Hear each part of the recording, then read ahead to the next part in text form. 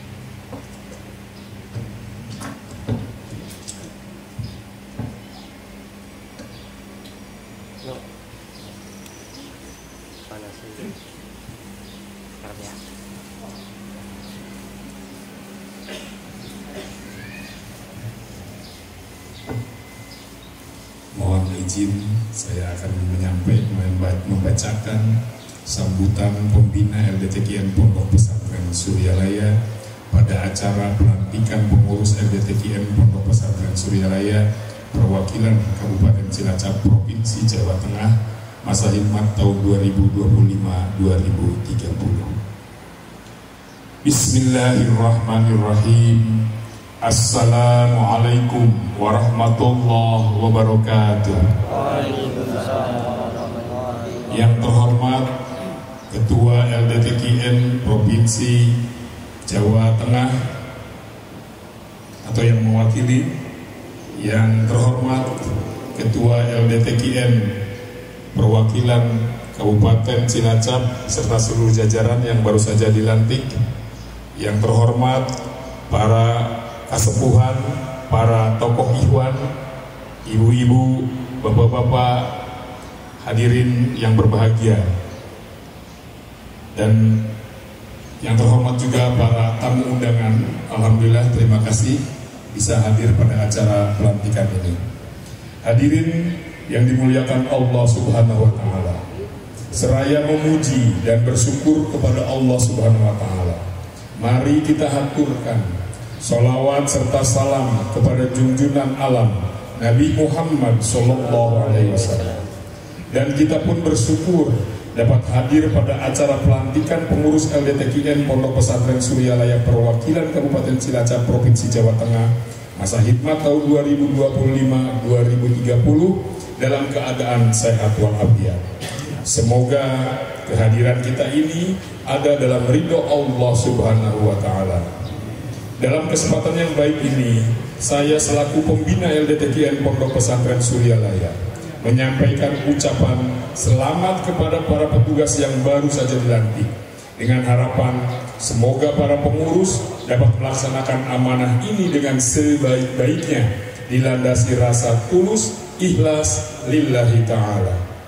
Hadirin yang dimuliakan Allah, kita sebagai ikhwan ahwat TKIN Pondok Pesantren Suryalaya, khususnya sebagai pengurus LDTKIN Pesantren Suryalaya di tingkat perwakilan yang baru saja dilantik, hendaknya tetap istiqomah dalam mengamalkan amaliyah Thariqah Qadiriyah Naqsabandiyah Pondok Pesantren Suryalaya sesuai amalan yang sudah digariskan oleh guru agung kita Hadratus Syekh Kiai Haji Ahmad Shahibul Wafa Tajul Arifin radhiyallahu anhu, serta senantiasa tetap berpegang teguh kepada tanbih wasiat Al-Mukarram Syekh Abdullah Mubarak bin Nur Muhammad radhiyallahu anhu, di antaranya yang berbunyi, berhati-hatilah dalam segala hal, jangan sampai berbuat yang bertentangan dengan peraturan agama maupun negara.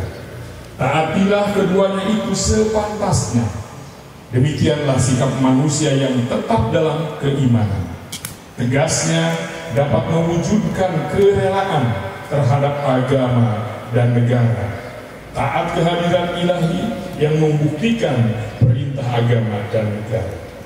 Hadirin yang berbahagia, saya mengharapkan agar para pengurus LDTKIN yang baru saja dilantik dapat segera menyusun program kerja jujur dan bertanggung jawab, serta mampu menjalin kerjasama yang baik dengan berbagai komponen yang ada di daerah.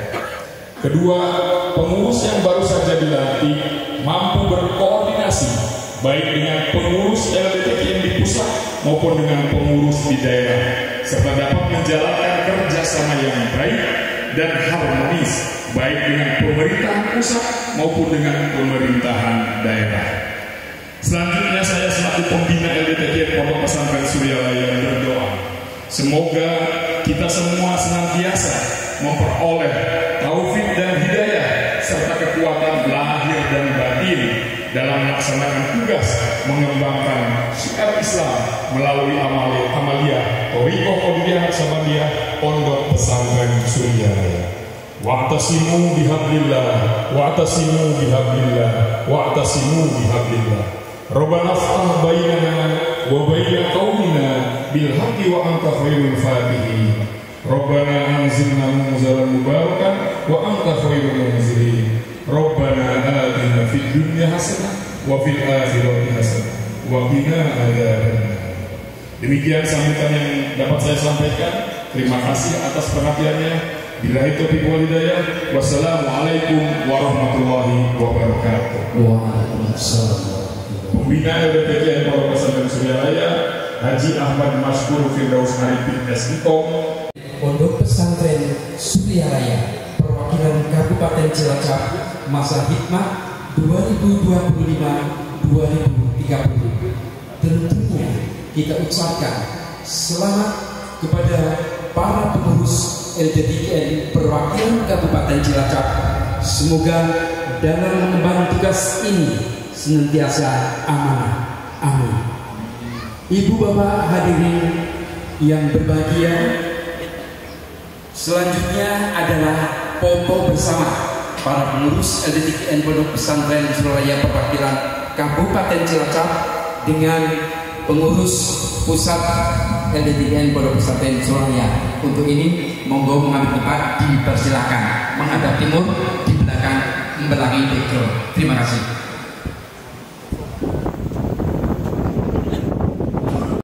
dan jempol, jempol. Nah, tinggal deh. Ada lagi Cilacap. Sukses.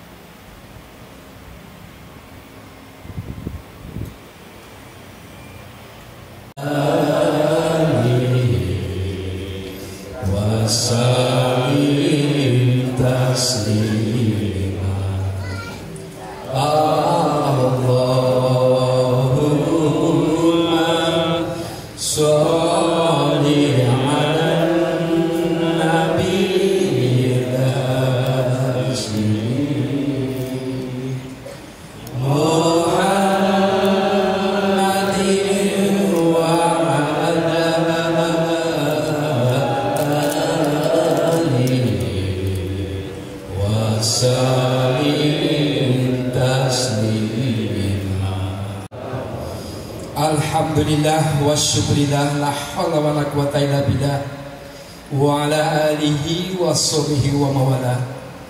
Ilahi anta masyuri wa ridha matlubi a'tini mahabbataka wa ma'rifataka.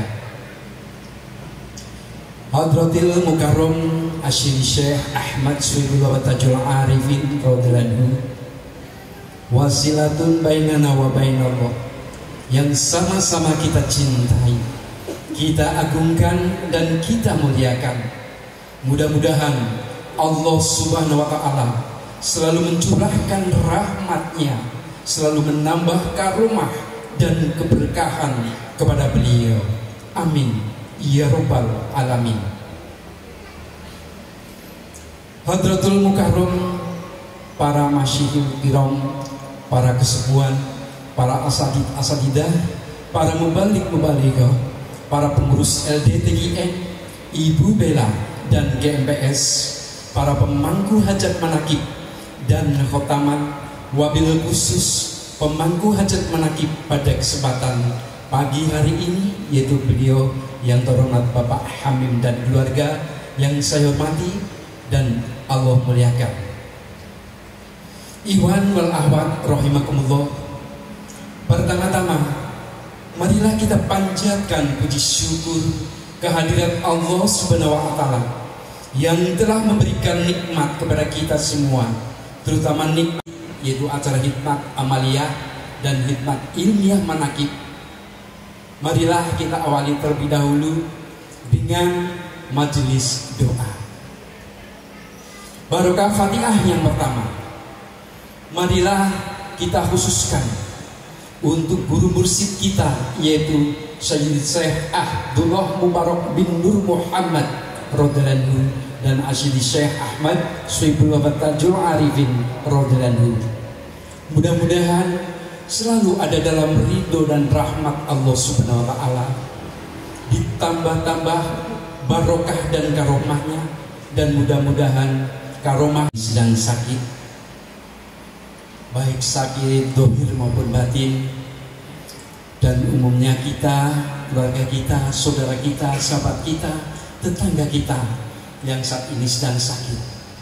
Semoga diberikan kesabaran dalam menghadapi penyakitnya, dan Allah angkat kembali penyakitnya sehingga diberikan kesehatan yang sempurna dan paripurna, diberikan kesehatan jasmani dan rohaninya oleh Allah Subhanahu wa Ta'ala. Allahumma ya syafiyal amrad, nas'al ilmu baik di pondok pesantren, di sekolahan atau di perguruan tinggi. Mudah-mudahan diberikan ilmu manfaat dunia akhirat, dijadikan anak-anak yang soleh dan solihah, cager bager lahir batin. Amin ya rabbal alamin. Allahumma ya qadiyal hajat, nas'aluka ijabah bil barakati wal karomati Syekh Ahmad Suhaibullah Tajul Arifin radhiyallahu. Al-Fatihah. Bismillahirrahmanirrahim. Alhamdulillahirabbil alamin arrahmanir rahim maliki yaumiddin. Iyyaka na'budu wa iyyaka nasta'in ihdinas siratal mustaqim siratal ladzina an'amta 'alaihim ghairil maghdubi 'alaihim waladdallin. Amin. Barokah Fatihah yang ke-9 untuk hajat kita yang hadir saat ini, hajat dunia maupun hajat akhirat, khususnya pemangku hajat manakib pada pagi ini, yaitu keluarga besar Bapak Hamim. Semoga hajat-hajatnya dikabul oleh Allah Subhanahu wa taala. Bismillahirrahmanirrahim. Qul huwallahu ahad, Allahus samad, lam yalid wa lam yulad wa lam yakul lahu kufuwan ahad. Bismillahirrahmanirrahim.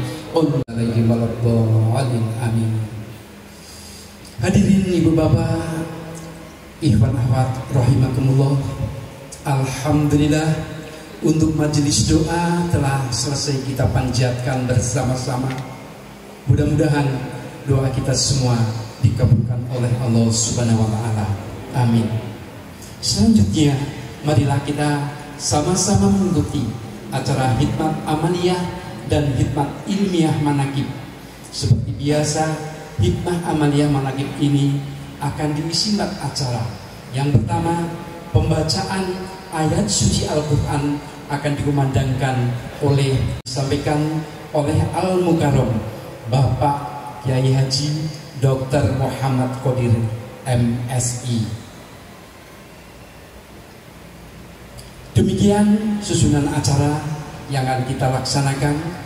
Saya selaku MC mohon diri, namun sebelum kita mulai acara ini, saya ingatkan kembali makulat dari Guru Agung Bangsa Abah Anom nomor 50 tahun 1995. Beliau menghimbau kepada kita sekalian untuk mengikuti rangkaian amaliyah manakib dari awal pembukaan sampai ditutup dengan sholawat Bani Hashim 3 kali. Dan saya menghimbau kepada ikhwan sekalian, demi tercapainya kesempurnaan dan keberkahan manakib dan karomah dari Guru Agung kita, mari kita sama-sama menjaga aturan selama acara manakib dan betul-betul penuh hikmah dan khusyuk, dengan terus menahan nafsu dari kita untuk tidak melakukan kegiatan apapun yang dapat mengganggu dan merusak adab kita selama acara hikmat amaliyah dan hikmah manakib berlangsung, dan berusaha untuk tidak beranjak dari tempat sebelum acara manakib selesai, kecuali ada uzur atau hal yang begitu penting.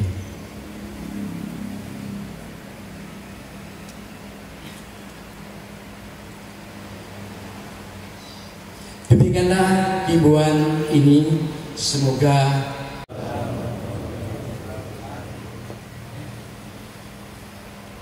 A'udzu billahi minasy syaithanir rajim.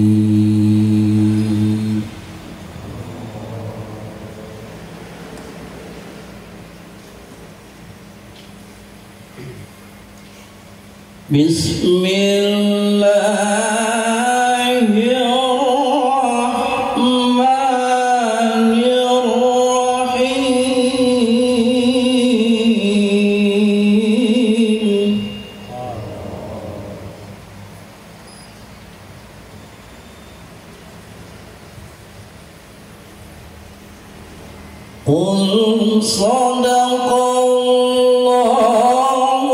fattabi'u millata Ibrahim hanifan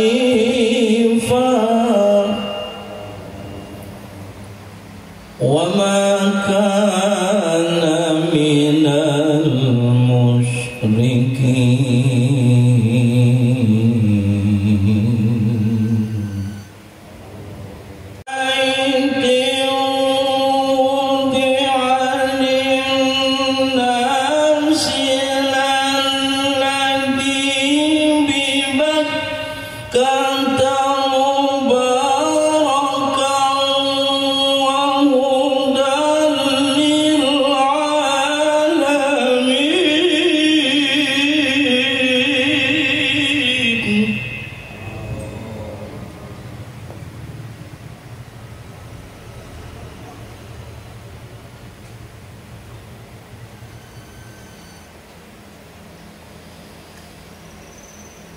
Fi ayatun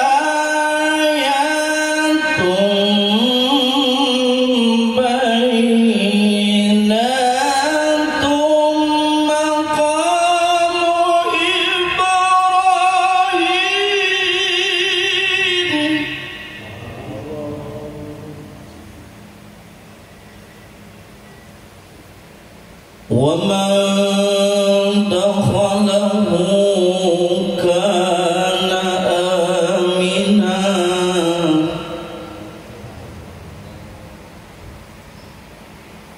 ومن دخله كان آمنا غني عن العالمين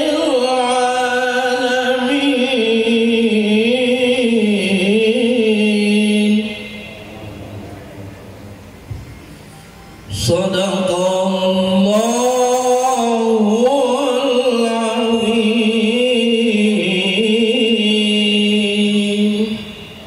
Assalamualaikum warahmatullahi wabarakatuh.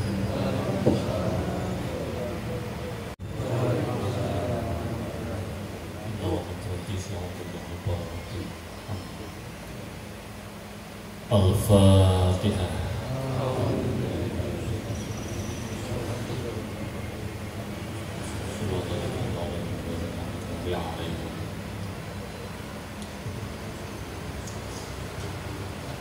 Tanbih. Bismillahirrahmanirrahim.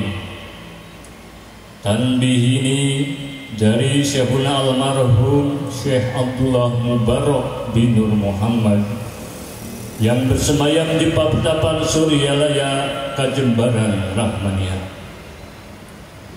Sabda beliau kepada khususnya sekedar murid-murid pria maupun wanita, tua maupun muda. Semoga ada dalam kebahagiaan, dikaruniai Allah Subhanahu wa ta'ala kebahagiaan yang kekal dan abadi, dan semoga tak akan timbul keretakan dalam lingkungan kita sekalian. Pun pula semoga pimpinan negara bertambah kemuliaan dan keagungannya, supaya dapat melindungi dan membimbing seluruh rakyat dalam keadaan aman, adil dan makmur, zahir maupun batin. Pun kami, tempat orang bertanya tentang Thariqah Qadiriyah Naqsabandiyah, mengaturkan dengan tulus ikhlas wasiat kepada segenap murid-murid, berhati-hatilah dalam segala hal, jangan sampai berbuat yang bertentangan dengan peraturan agama maupun negara. Taatilah kedua-duanya tadi sepantasnya. Demikianlah sikap manusia yang tetap dalam keimanan. Tegasnya dapat mewujudkan kerelaan terhadap aturan ilahi yang membuktikan perintah dalam agama maupun negara. Insyaallah, hai murid-murid sekalian, janganlah terpaut oleh bujukan nafsu, terpengaruh oleh godaan setan. Waspadalah akan jalan penyelewengan terhadap perintah agama maupun negara, agar dapat meneliti diri kalau tertarik oleh bisikan iblis yang selalu menyelinap dalam hati sanubari kita. Lebih baik buktikanlah kebajikan yang timbul dari kesucian. Pertama, terhadap orang-orang yang lebih tinggi daripada kita, baik dohir maupun batin, harus kita hormati. Begitulah seharusnya hidup rukun dan saling menghargai. Kedua, terhadap sesama yang sederajat dengan kita dalam segala-galanya, jangan sampai terjadi persengketaan. Sebaliknya harus bersikap rendah hati, bergotong royong dalam melaksanakan perintah agama maupun negara. Jangan sampai terjadi perselisihan dan persengketaan. Kalau kita terkena firman-Nya, azabun alim, yang berarti duka nestapa untuk selama-lamanya dari dunia sampai dengan akhirat, badan payah hati susah. Ketiga, terhadap orang-orang yang keadaan ramah tamah serta bermanis budi. Bersikap murah tangan mencerminkan bahwa hati kita sadar. Coba rasakan diri kita pribadi, betapa pedihnya jika dalam keadaan kekurangan. Oleh karena itu, janganlah acuh tak acuh, hanya diri sendirilah yang senang. Karena mereka jadi fakir miskin itu bukan kehendaknya sendiri, namun itulah kodrat Tuhan. Demikianlah sesungguhnya sikap manusia yang penuh kesadaran, meskipun terhadap orang-orang asing, karena mereka itu masih keturunan Nabi Adam alaihi salam. Mengingat ayat surah 70 surah Al-Isra yang artinya, sangat kami muliakan keturunan Adam, dan kami sebarkan segala yang berada di darat dan di lautan, dan kami beri mereka rezeki dari yang baik-baik, juga kami mengutamakan mereka lebih utama dari makhluk lainnya. Kesimpulan dari ayat ini, bahwa kita sekalian seharusnya saling harga menghargai, jangan timbul kekecewaan. Mengingat surah Al-Maidah yang artinya, hendaklah tolong menolong dengan sesama dalam melaksanakan kebajikan dan ketakwaan dengan sungguh-sungguh terhadap agama maupun negara. Sebaliknya, janganlah tolong menolong dalam berbuat dosa dan permusuhan terhadap perintah agama maupun negara.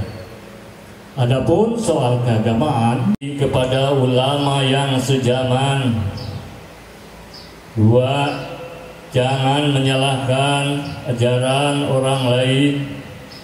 3. Jangan memeriksa murid orang lain. 4. Jangan berubah sikap meskipun disakiti orang lain. 5. Harus menyayangi orang yang membencimu. Bil barokah Al-Fatihah. Bismillahirrahmanirrahim. Ya hadratin Nabi Mustafa Muhammadin wa ala alihi wa ashabihi wa asbasihi wa dhurriyyatihi wa ahli baiti ajma'in. Al-Fatihah. Bismillahirrahmanirrahim. Alhamdulillahi rabbil alamin ar-rahmanir rahim maliki yaumiddin. إياك نعبد وإياك نستعين اهدنا الصراط المستقيم صراط الذين أنعمت عليهم غير المغضوب عليهم ولا الضالين. ثم إلى أرواح آبائه وأمته إخوانه من الأنبياء والمرسلين وإلى الملائكة المقربين والكريمين والشهداء والصالحين وآل كل وأصحاب كل من روح بنا آدم ومن حواء أمتنا السلام بينهما إلى يوم الدين شهد لهم الفاتحة. الرحمن الرحيم الحمد لله رب العالمين الرحمن الرحيم مالك يوم الدين إياك نعبد وإياك نستعين اهدنا الصراط المستقيم صراط الذين أنعمت عليهم غير المغضوب عليهم ولا الضالين. على سيدنا محمد ودام فرج بالقرب وقضى من الحوائج وكنا نبهر الغائب وحسن الخواتم واستسقى الخمام بوجه الكريم وعلى آله وصحبه في كل لمحة ونسير عن أجل كل معلوم. اللهم صل صلاة كاملة وسلم سلاما تاما على سيدنا محمد الملك الحبيب وتنفرج منه الحوائج وتنال بالراغب وحسن الخواتم ويستسقى الغمام بوجه كريم وعلى آله وصحبه في كل منحط وعلى كل معلوم. Assalamualaikum warahmatullahi wabarakatuh. إلهي أنت مقصودي ورضاك مطلوبي أعطني محبتك ومعرفتك. أعوذ بالله من الشيطان الرجيم. بسم الله الرحمن الرحيم. الحمد لله رب العالمين والعاقبة للمتقين ولا عدوان إلا على الظالمين والصلاة والسلام على سيدنا محمد وعلى آله وصحبه أجمعين. Amma ba'd. Dengan asma Allah yang maha pengasih, maha penyayang, puja puji bagi Allah pembina semesta alam. Salawat serta salam semoga dilimpahkan kepada junjungan kita Nabi Muhammad sallallahu alaihi wasallam beserta keluarganya, sahabatnya, serta aulia Allah dan para pengikut beliau dari dahulu sampai sekarang dan pada masa yang akan datang. Maka ini sekelumit manaqib Sultan Aulia Syekh Abdul Qadir Jailani qaddasallahu sirah. Semoga dengan diperingati dan dibacakan manaqib ini, yakni riwayat serta sejarah perjuangan Syekh Abdul Qadir Jailani, senantiasa Allah Subhanahu wa Ta'ala melimpahkan karunia kepada kita sekalian, terutama kepada sahibul hajah, keselamatan dan keberkahannya. Semoga dimudahkan rezeki yang halal dan senantiasa kita dijauhkan dari malapetaka, mara bahaya, dan selalu dilimpahi keselamatan, kesejahteraan dalam keridhaan Allah yang Maha Esa. Semoga Allah menerima segala niat kita dan semoga dimudahkan urusan kita, baik yang berhubungan dengan dunia dan akhirat. Amin ya rabbal alamin. Manaqib Syekh Abdul Qadir Jailani diantaranya Mangkobah ke-31. Syekh Abdul Qadir berziarah ke makam Rasulullah sallallahu alaihi wasallam dan mencium tangan beliau. Pada waktu Syekh Abdul Qadir berziarah ke pusara Rasulullah sallallahu alaihi wasallam di Madinah Munawwarah, setibanya di Madinah langsung beliau masuk ke ruang pusara Rasulullah sallallahu alaihi wasallam, yaitu ruang yang mulia atau hujrah syarifah. Selama 40 hari beliau berdiri di hadapan pusara Rasulullah SAW. Kedua tangannya diletakkan pada dadanya sambil bermunajat, mengharap rahmatnya, menumpahkan isi hati nuraninya dengan makna bait di bawah ini. Dunubi kama ajil bahri bal hiya akbaru, wa kama salil jibali syummi bal hiya akbaru, walakinnahu 'indal karim idha'afa janahum minal bu'ati bal hiya asghuru. Besar dosaku seperti gulungan ombak di laut, bahkan lebih banyak, tinggi setinggi puncak gunung Syam, bahkan lebih tinggi lagi. Namun bila daku kau ampuni, ringan seringan sayap nyamuk, kecil bahkan kecil amat sangat. Lalu beliau meneruskan munajat pengharapannya dengan bait di bawah rajim. Bismillahirrahmanirrahim. Ila hadrati sultanul aliya wa qudwatil asfiya quttar rabbani wa qasis ramadani sayyidi Syekh Abdul Qadir Jailani qaddasallahu sirah. Al-Fatihah. A'udzu billahi minasyaitonir rajim. Bismillahirrahmanirrahim. Alhamdulillahi rabbil alamin arrahmanir rahim maliki yaumiddin. Iyyaka na'budu wa iyyaka nasta'in. Ihdinas siratal mustaqim. Siratal ladzina an'amta 'alaihim ghairil maghdubi 'alaihim waladdallin. Amin. Allahumma shalli wa sallim ala sayyidina wa habibina wa maulana Muhammadin sallallahu alaihi wasallam wa ala alihi wa ashabihi ajma'in. Amin amin amin ya mujibas sa'ilin. Allahumma bi asma'ikal husna wa bi asma'ika nabiyil mustafa wa bi asma'ika walika Abdul Qadir Mustafa tahhir qulubana min kulli wasmin yub'iduna musyahadatika wa mahabbatika wa amitna ala sunnati wal jamaah وشرح بها صدورنا ويسر بها أمورنا وفرج بها همومنا واكشف بها غمومنا واغفر بها ذنوبنا واقضي بها ديوننا وأصلح بها أحوالنا وبلغ بها آملنا وتقبل بها توبتنا واغسل بها حوبتنا وانصر بها حجتنا واجعلنا بها من المتبعين لشريعة نبيك المتصفين بمحبته المهتدين بهديه وسيرته وتوفنا بها على سنته ولا تحرمنا فضل شفاعته وانشرنا في زمرته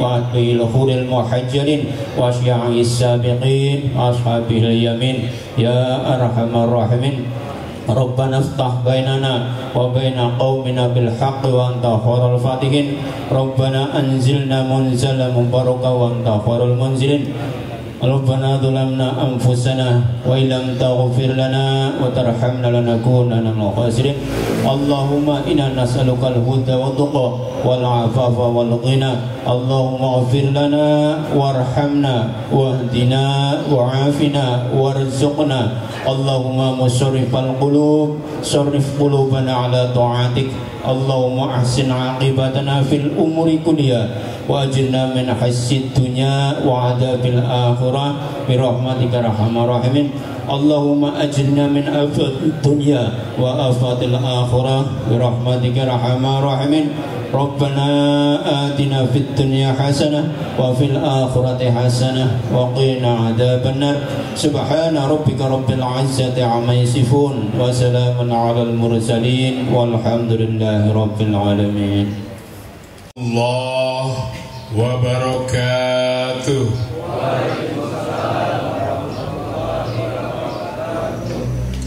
Alhamdulillahi rabbil alamin wa bihi nasta'inu ala umuri dunya waddin wassalatu wassalamu ala ashrafil anbiya'i wal mursalin sayyidina Muhammadin wa ala alihi wa sahbihi ajma'in.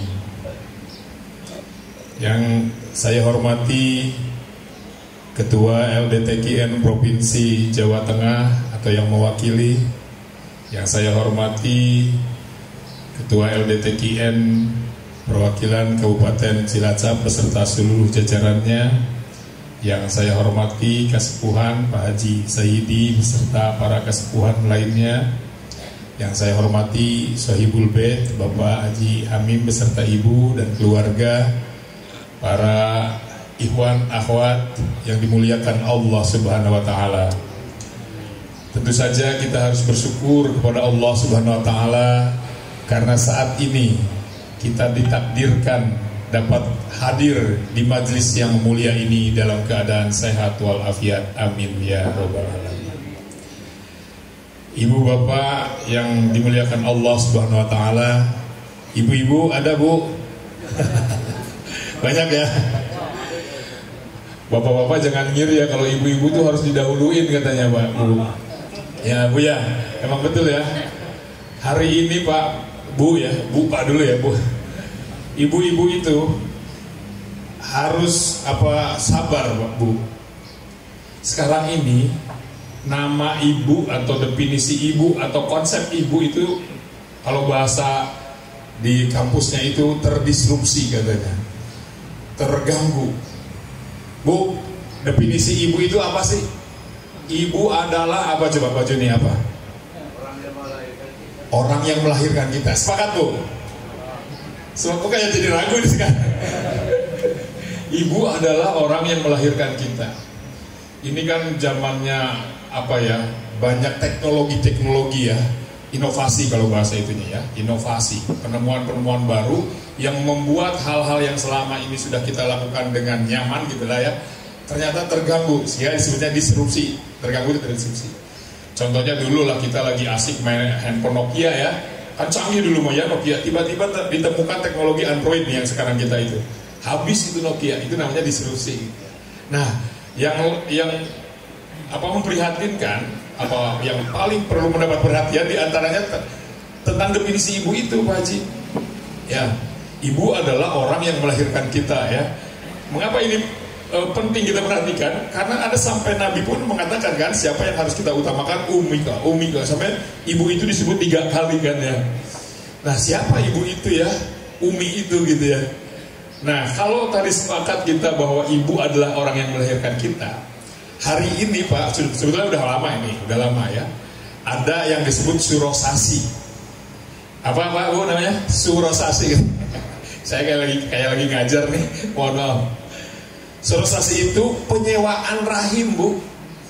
Ya, jadi sekarang ini ibu-ibu yang sehat rahimnya bisa disewain tuh. Jadi nanti bukan hanya rental mobil Bu, ada rental rahim hari ini. Iya. Jadi gini, pasangan suami istri misalnya ya, ingin punya anak, tapi si ibunya, si istrinya nggak mau hamil karena karir dan sebagainya lah, alasan-alasan seperti itu misalnya. Tapi ingin punya anak nih, ya karena sperma seorang ayah itu kan lebih bagus ketika masih muda kan begitu ya. Nah, dengan teknologi tadi bahwa ibu-ibu yang rahimnya sehat itu bisa disewain. Jadi sel sperma dengan sel ovum dari satu pasangan gitu ya, bisa diambil, disatukan gitu ya, sampai menjadi embrio atau sebelumnya zigot kan, yang menjadi embrio. Setelah jadi embrio diinjeksikan lah dengan teknologi tertentu kepada seorang wanita yang rahimnya sehat, diinjeksikan dengan teknologi yang detailnya saya kurang terlalu menguasai, tapi intinya sangat memungkinkan. Dan di Indonesia, jangankan di luar negeri, di Indonesia sudah ada. Bahkan ini orang ternama lah, nggak perlu disebutkan ya, nggak perlu disebutkan karena dampaknya tidak bagus. Nah, jadi tadi sel yang tadi juga saya injeksikan itu kemudian dikandung oleh wanita atau ibu yang wanita yang rahimnya tadi sehat, mengandung seperti biasa Pak, 9 bulan tuh, 9 bulan. Kemudian setelah 9 bulan melahirkan. Nah sekarang ibunya itu yang melahirkan apa yang punya bibit Bu? Nah mulai goyang kan sekarang. Inilah dunia Pak. Bukan hal-hal yang biasa. Sampai ibu saja hari ini ya, dunia ini memang mungkin udah mau berakhir ya. Sampai goyang terganggu ya. Tapi menurut ibu yang mana Bu ibunya? Yang punya bibit kah? Apa yang melahirkan? Yang melahirkan tetap ya. Tetap yang melahirkan. Kata ibu-ibu, ada yang kasusnya buat bapak-bapak, enggak kan? Jangan ibu-ibu dulu, ada sama. Nah sekarang ini ada yang disebut dengan bank sperma, Pak, bank sperma. Tapi kayaknya belum ada bank sperma syariah ya, belum ada ya. Banknya itu bukan seperti bank BRI atau seperti yang di sini-sini, lebih merupakan laboratorium. Jadi sperma yang tadi kan bapak-bapak itu lagi semakin muda, semakin baik kan spermanya. Tadilah misalnya kan suami istri tadi belum siap nih untuk hamil lagi-lagi ya, Pak disimpan aja spermanya di bank sperma, katanya disimpanlah di bank sperma dengan teknologi tertentu, sterilisasi dan sebagainya lah, kan, dengan pengawasan dokter yang ahli dan sebagainya, disimpan dan katanya masa kadaluarsanya bisa sampai 20 tahun sperma disimpan di bank sperma itu 20 tahun. Nah misalnya kejadian si bapaknya pasangan suami istri yang A, B tadi ya, suaminya itu meninggal. Suatu hari ketika si ibunya sudah siap hamil, karirnya udah bagus, udah cukup lah, ingin punya anak nih. Dia sangat mencintai ayah si suaminya dan ingin punya anak tuh seperti suaminya gitu ya. Dia ingat kan, spermanya kan masih ada di bank sperma. Dan ini lagi-lagi kasus ini ada kejadiannya. Diambil apa spermanya yang bapaknya udah meninggal kan, diinjeksikan seperti bisa dengan tadi surosasi dengan menyewakan rahim, bisa juga di rahim si ibunya itu sendiri. Jadi kemudian dia lahir. Jadi nanti itu catatan sipil di kita ini banyak mencatat anaknya lahir tahun 2025, bapaknya meninggal tahun 2020 misalnya. 5 tahun yang lalu bapaknya udah meninggal, tapi anaknya 5 tahun kemudian baru lahir. Nah inilah dunia, lagi-lagi urusan dunia. Saya sengaja cerita tentang dunia yang fana ini, ya nggak stabil dunia ini, nggak stabil. Nah karena dunia adalah salah satu penghambat rintangan ma'rifatullah kita, ya. Karena kita ini diciptakan oleh Allah hanya untuk satu kan, yaitu untuk ibadah. Wa ma khalaqtul jinna wal insa illa liya'budun. Saya kira ini sudah sering di Pangarsa Abah juga Kangjeng Sultan Aulia dalam kitabnya kalau apa Miftahul Sudur, kalau Kangjeng Sultan Aulia dalam Sirrul Asrar menafsirkan liya'budun itu ayat liya'rifun. Jadi kita semua ini diciptakan ya hanya untuk satu hal, yaitu mengenal Allah. Kalau bahasa di tasawufnya ma'rifatullah, bukan untuk yang lain. Hanya untuk mengenal Allah kita diturunkan dari alam lahut, alam yang sangat enak. Karena dengan kita tuh bersama yang Maha Kuasa di sana kan. Harus diturunkan ke sini untuk apa? Untuk mengenalku, kata Allah. Ya, aku ciptakan lalu aku turunkan di alam yang fana ini, alam yang nggak stabil, yang akan rusak ini.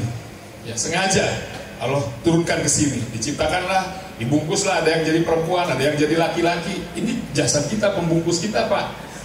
Ya, pembungkus kita, bukan diri kita yang sebenarnya. Diri kita yang sebenarnya saat ini pun udah nggak betah, Pak. Ingin segera pulang ke asal. Seenak apapun hidup kita di dunia, manusia ini hidup di dunia ini, ya seenak apapun. Karena diri kita yang sebenarnya udah merasakan nikmat yang sebenarnya itu bersama yang Maha Kuasa, yang Maha segalanya, itu Allah. Sementara jasad kita terpengaruh kan oleh dunia ini, kenikmatan yang ada di jasad kita, karena kita sudah punya akal, ada nafsu dan sebagainya. Seolah-olah nikmat itu adalah kepemilikan harta, pangkat, lalu apalagi lah dunia gitu ya, seperti itu. Padahal diri kita yang sebenarnya nangis itu kalau kita terjebak oleh itu, karena dia udah merasakan ya nikmat yang sebenarnya itu bersama Allah, pulang kepada Allah, atau bahasa ininya ma'rifat kepada Allah, itu kebahagiaan sebenarnya. Sehingga seenak apapun kita hidup di dunia ini, diri kita yang sebenarnya enggak betah, ingin segera pulang, kepada Allah. Baik, jadi bahwa kita diciptakan oleh Allah adalah untuk mengenal Allah, bukan untuk yang lain.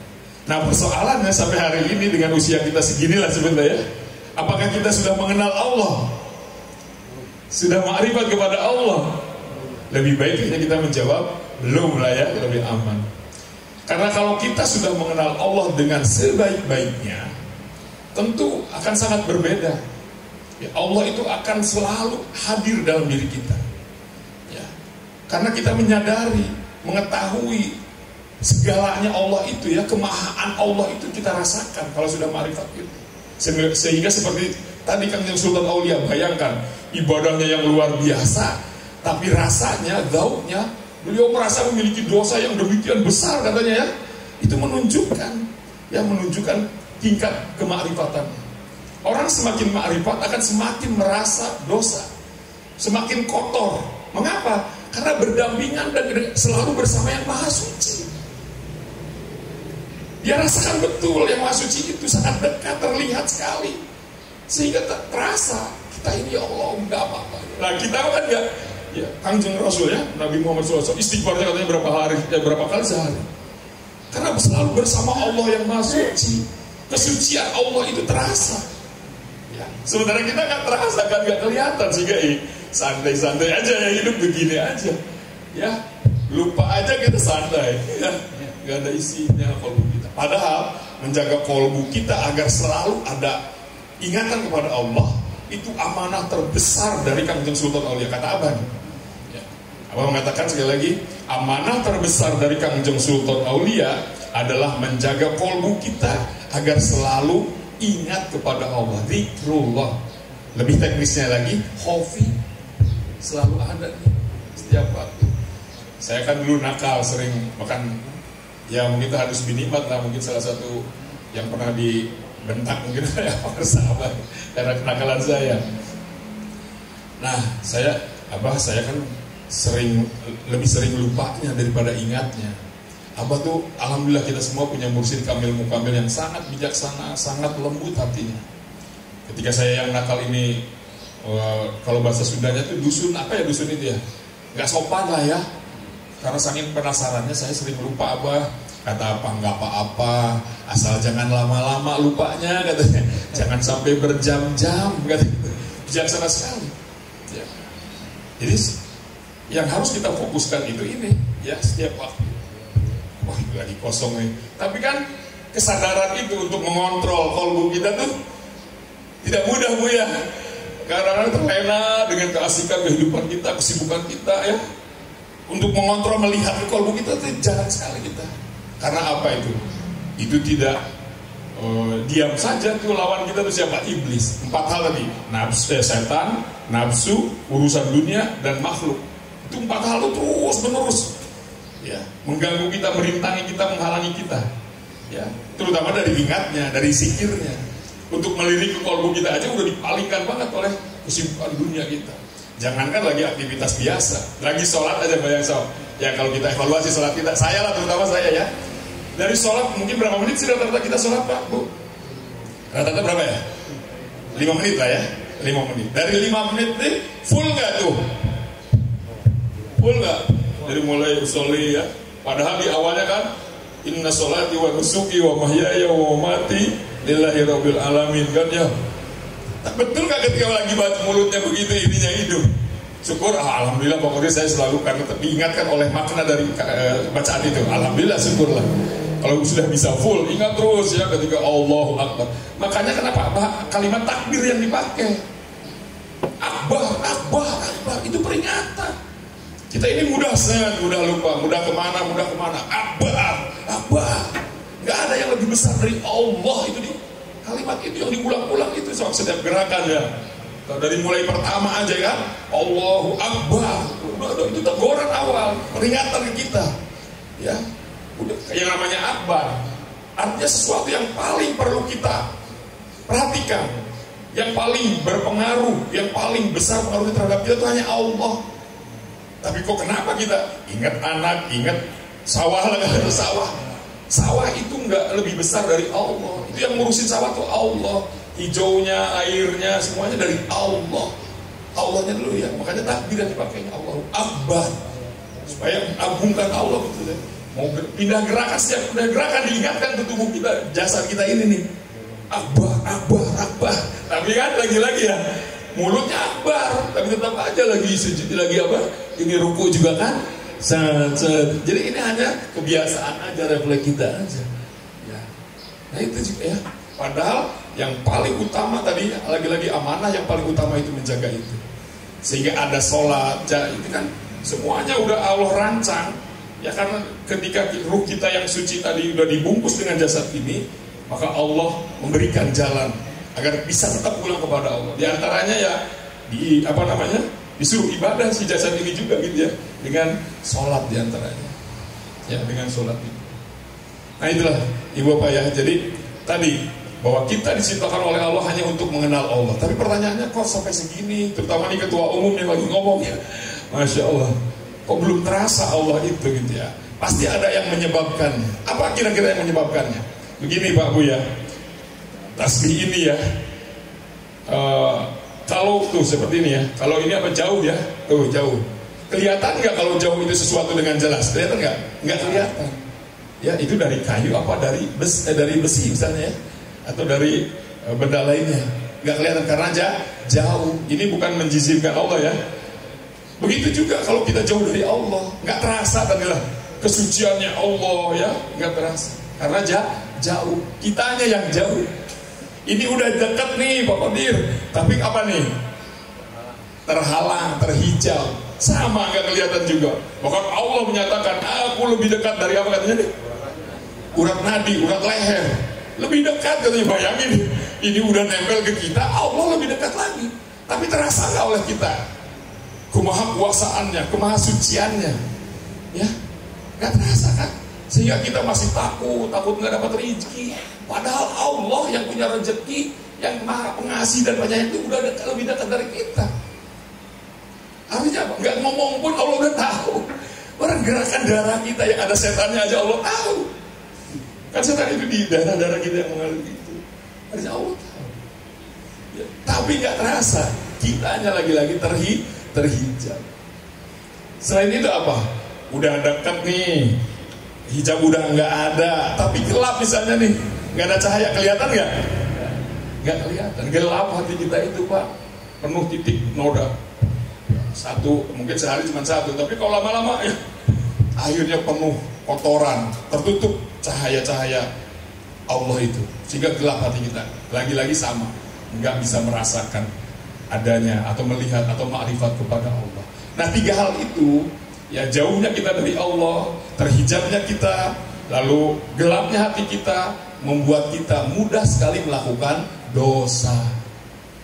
Nah dosa inilah penghalang penyebab kita belum bisa makrifat kepada Allah, dosa kita. Pak Kodir, saya kayaknya nggak bingung melakukan dosa nih. Dosa itu ada dua, atau bagi dua secara garis besar ya.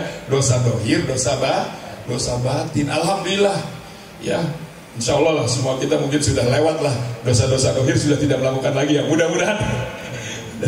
Mudah-mudahan. Tapi yang dosa batin ini, aduh, halus sekali kan. Halus sekali, banyak ya, suka diceritakan oleh para mubalik ya di Cilacap ini ya. Ahlakul majmumah itu dosa-dosa batin ya. Bahkan pelit aja itu ya, itu udah mulai dosa batin tuh. Jangan dibiarkan si pelit itu. Pelit, malas, apalagi sombong, takabur. Tapi biang dari itu semua apa tuh? Biang dari semua itu goflah, lupa, lagi-lagi yang tadi nggak ada, kosong nih ya. Apalagi Pak Kodir ini ketua umum di kampus dengan Pak Yosef diberi tugas, saya sebagai wakil rektor, beliau sebagai kepala biro ya. Ini ngomongnya kemakrifatan terus nih ya, mau bawa nama besar Suryalaya, tapi lagi kosong, naudzubillah. Ya, goplah. Ini biangnya nih, kalau sudah goplah kosong, udah mulai ngerempet tuh kalau bahasa orang Betawinya ya. Mulai ngerempet tuh, mulai keinginan, nafsu kita mulai tidak terkendali. Karena pengendalinya dikir kan. Ya, lawannya goplah itu dia. Pengendali semuanya itu dikirnya itu pengendali ini. Kalau sudah kendalinya hilang, sudah mulai tuh nafsu kita bangun. Setan naikin, dinunggangin nafsu kita. Urusan dunia kita terlihat lebih menarik dibandingkan ibadah. Urusan dengan manusia ingin eksploitatif lah bahasanya, ingin yang untung melulu gitu ya. Hubungan kita dengan anak berlebihan gitu kan. Sampai-sampai Allah memperingatkan, ya ayyuhalladzina amanu la tulhikum amwalukum wala auladukum. Tuh, harta-hartamu, anak-anakmu. Anak-anak di sini bisa juga dengan manusia lainnya. Hubungan kita dengan manusia lainnya juga mempengaruhi itu. Ya, mempengaruhi. Lebih sering melupakan. Ya. Keluar aja selesai manakiban di sini ya. Parkir di situ ada yang parkirin, ada udah mulai tuh ngobrol dengan tukang parkir aja lepas los gitu ya. Ya. Tapi ada, jangan khawatir, jangan berkecil hati, ada caranya. Alhamdulillah mursyid kita Kamil Mukamil memberikan caranya. Bagaimana supaya kita bisa. Karena itu amanah terbesar kata apa. Tapi sebelum itu kita selesaikan dulu yang tadi ya. Kita sampai jam berapa nih Bu? Pak? 11:30 ya? Ini masih ada. Ini kayak kuliah pemadatan nih ya, dipadatin aja ya Bu ya. Nah, tadi jadi kita tujuan utama kita ma'rifat, tapi kita tidak mudah untuk ma'rifat karena ada penghalangnya, terutama yang disebut dosa. Ya, dosa. Kalau bahasa orang Sunda mah disingkatnya meledos teu karasa. Jadi lebih banyak dosa itu nggak kerasa gitu ya, nggak kerasa. Kalau kita saat ini nggak merasakan dosa-dosa kita, nah itu sebetulnya warning tuh, warning. Ya, zauq kita tertutup. Kalau orang lagi-lagi yang sudah bersih, semakin bersih dia akan semakin merasa banyak dosa. Mankoba sekarang kan contohnya tadi Kanjeng Sultan Aulia, ya Kanjeng Sultan Aulia merasa dosanya demikian banyak. Rasulullah sehari istighfarnya sampai ribuan kali karena merasa dosa. Lagi-lagi itu. Jadi ketika kita sekarang kayaknya dosa cuma ini dari tadi pagi gini gitu. Padahal dosa kita banyak. Ini aja loss ini kan udah dosa. Ya di antaranya juga tadi takabur, sombong, merasa diri nih. Wah, banyak jasanya nih. Ketua LDTKN, ketua umum LDTKN, wah merasa sudah Pak Yosef sudah bisa membentuk LDTKN 130 kabupaten di Indonesia nih. Merasa hasil saya naudzubillah. Itu semua pengarsa abah kan, karomah pengarsa abah. Pak Yosef yang bekerja keras. Nah itulah gue ya, jadi dosa. Kalau kita masih ingin ma'rifat, berarti kita harus menghilangkan dosa kita kan. Dicari caranya, karena banyak cara untuk menghilangkan dosa itu, banyak Pak caranya. Ternyata ada yang paling efektif. Ya, sehingga pernah ditanyakan oleh Sayyidina Ali kan kepada Kanjeng Rasul. Sayyidina Ali orang yang sangat cerdas, sehingga saking cerdasnya disebutnya juga pintunya ilmu ya, gudangnya ilmu, pintunya ilmu. Saking cerdasnya. Ya Rasul, ada nggak cara yang paling mudah, tapi paling utama di mata Allah? Hebat kan pertanyaan itu. Ada kata Nabi. Waktu itulah Sayyidina Ali ditalkin. Ya, jangan talkin. Karena apa? Penghilang dosa itu, kalau kita ingin ma'rifat kepada Allah harus jangan besar. Penghilang dosa yang paling cepat, paling efektif adalah zikrullah. Nggak ada yang lain, bukan yang lain. Ya. Kan ada ibadah-ibadah ini bisa efeknya menghilangkan dosa ya. Tapi zikir akbar, lagi-lagi akbar. Wala zikrullahi akbar disebutnya. Dampaknya, efeknya, terutama terhadap pembersihan hati kita, itu paling efektif, paling cepat. Tapi ternyata zikir juga ada syaratnya. Kalau ingin menghabiskan, membersihkan dosa-dosa kita secara cepat, secara efektif. Apa syaratnya? Wa kana dzikru la yufidu faidatan tamatan. Kalau Pak pengersa apa di Mitausidur tidak pakai tamatan. Faidatan illa bitalqin. Ternyata zikirnya itu harus melalui talqin. Ya. Kita semua alhamdulillah ya sudah ditalqin ya. Alhamdulillah, itu harus bersyukur sekali. Dari 7,8 miliar orang yang lagi hidup sekarang nih, yang sudah mendapatkan talqin dari mursyid kamil mukamil bisa dihitung. Apalagi yang sudah ditalqin pun tidak semuanya jadi gitu kan. Kan orang yang sudah ditalqin itu artinya orang yang sedang bertasawuf, bertarekat. Orang yang bertasawuf, bertarekat itu terbagi 3. Ada yang sudah jadi disebutnya sufi. Ada yang sedang berusaha, mutasawif, berusaha untuk menjadi sufi. Mujahadah, fikir, khotamal, manaqib terus. Ada mustasrif nih, seperti sufi gitu ya. Namanya juga seperti ya, kalau bahasa Sunda. Salam